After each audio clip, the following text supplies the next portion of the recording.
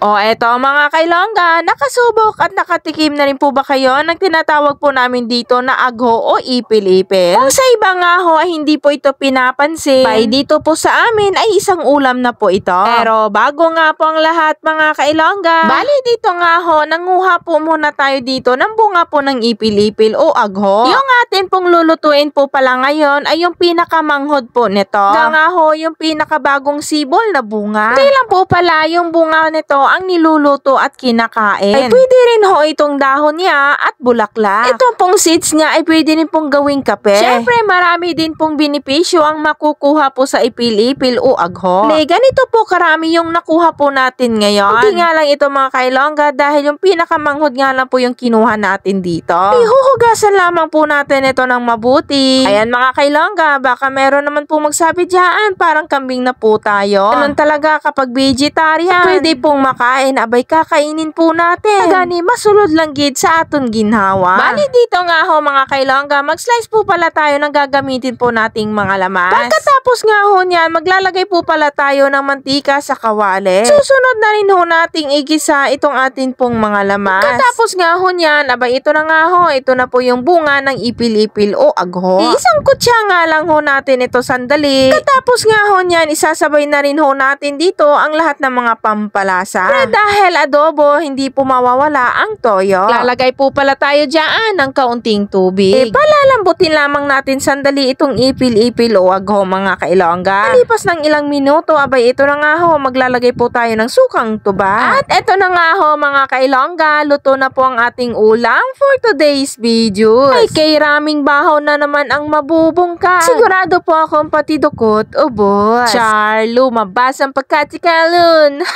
O eto mga kailongga, titikman na ho natin ito ulit. Noon ay na-vlog na rin po natin ito. Noon ay may subak, ngayon ay wala na. Gani ng tawag nga purdoy gid, char.